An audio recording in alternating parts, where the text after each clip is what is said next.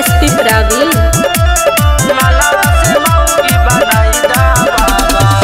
हर साल अलियो बाबा देवा घर अकेलवा जी। ए बाबा हर साल अलियो बाबा देवा घर अकेलवा जी। अजी मालावा से मऊगी बनाई दा बाबा धारे आईबो जलवा जी। अजी मालावा से मऊगी बनाई दा बाबा धारे आईबो जलवा जी।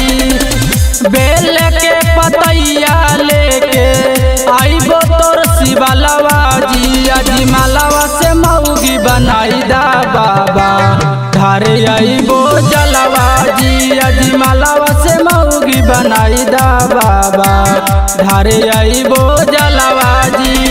मालावा से मऊगी बनाई दा बाबा धारे आईबो जलवा जी।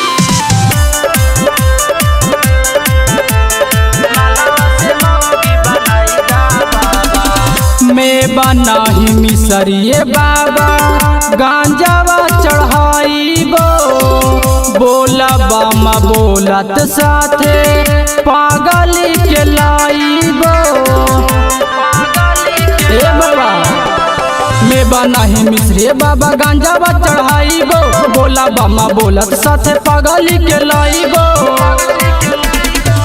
रात दिन धड़काए बाबा ओ करेला दिलवा जी। अजी मालावा से मऊगी बनाई दा बाबा धारे आईबो जलवा जी। अजी मालावा से मऊगी बनाई दा बाबा धारे आईबो जलवा जी।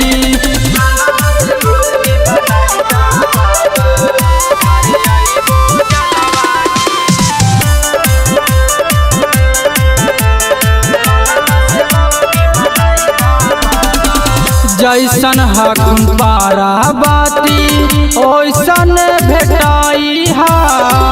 पारा बिन सजाना माँ के शारदा पुराई हा। ए बाबा जैसन हकुन पारा बाती ओइसन भेटाई हा। पारा बिन सजाना माँ के शारदा पुराई हा।